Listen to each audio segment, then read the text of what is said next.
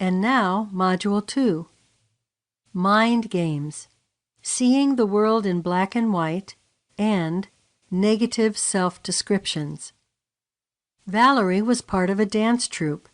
She and her fellow dancers practiced for several months to put on a number of performances of The Nutcracker. In the first performance, Valerie didn't get her cue right, and she was late coming onto stage in one of the scenes. The other dancers had to make adjustments, but after a minute they were back to the correct dance routine.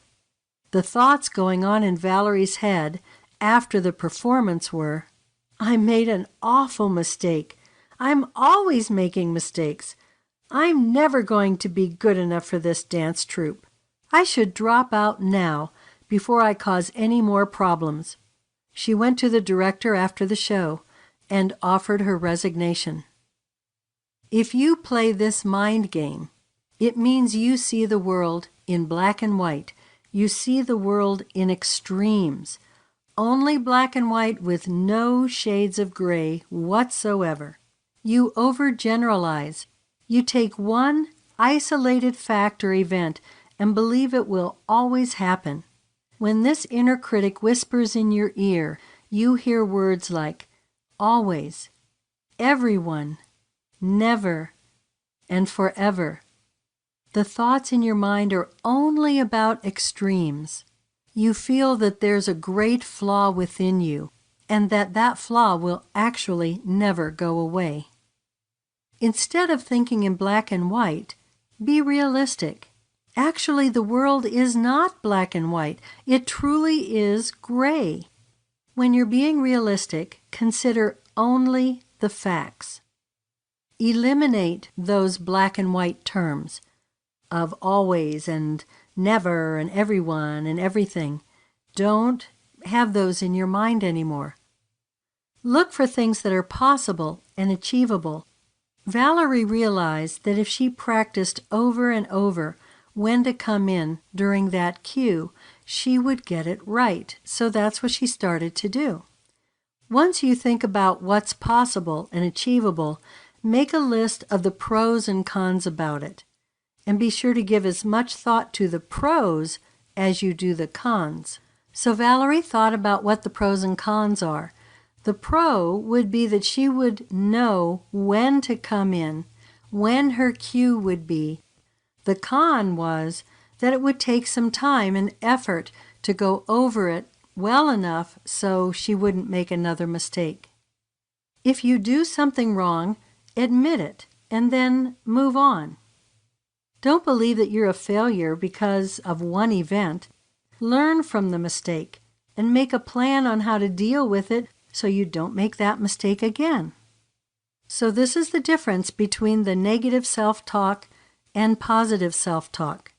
Valerie says, "I made an awful mistake. I'm always making mistakes. I'm never going to be good enough for this dance troupe. I should drop out now before I cause any more problems." And the positive self-talk, "I sure made a mistake coming out late, but the rest of the time I danced great. I'm going to practice and pay more attention to when Shirley comes on stage, because that's when I know I follow." Negative self-descriptions. Arthur got a D- on his first exam in his calculus class in high school. He didn't study very much for this exam, and he didn't seek out any of his classmates to study with. He read the material once and thought he knew it all. He thought, "What a terrible student I am. I'm so stupid. I'm a failure, too. I can't learn anything. I'm sure to flunk this course. I might as well just quit the class because I'll never understand the material." With negative self-description, you label yourself in a negative way. Labeling is a form of seeing the world in black and white. You're really good at something or you're terrible at something. Nothing in between. This is a form of a negative self-concept, how you see yourself. And actually, it's self-prophetic. In other words, if you see yourself that you're terrible at doing something, you're not going to try to do it better in the future. because you already know how terrible you are. So the prophecy that you're never going to do it better is self-fulfilled. These are the words you would use to describe yourself: loser, failure, stupid, wimp, ugly, not good enough, useless. These are all ways to be unkind to yourself. The way to combat this is to use verbs instead of adjectives to describe what happened. Instead of saying, "I'm a failure at work," you can say, "I made a mistake with those figures." It simply means that out of the thousands of times you've worked with numbers, this particular time you made a mistake. Acknowledge the shortcoming and take the necessary corrective action, and then try again.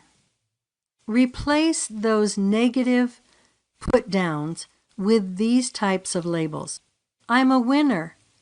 I'm successful. I'm smart. I'm strong. I'm attractive. I'm good enough. I'm competent. So here's the difference between the negative self-talk that Arthur tells himself and the positive self-talk he could tell himself. Negative: what a terrible student I am. I'm so stupid. I'm a failure too. I can't learn anything. I'm sure to flunk this course. I might as well just quit the class because I'll never understand the material. Here's the positive self-talk. I got a D- on this exam. Well, I better start studying a lot more than I have been. Mary said this is an easy class for her. I wonder if she'd like to be my study buddy on this. I'll ask her after class. No matter what, I've got to hit the books a lot more than I have. This is a wake-up call. Hear the difference? One is self-defeating and one is self-empowering.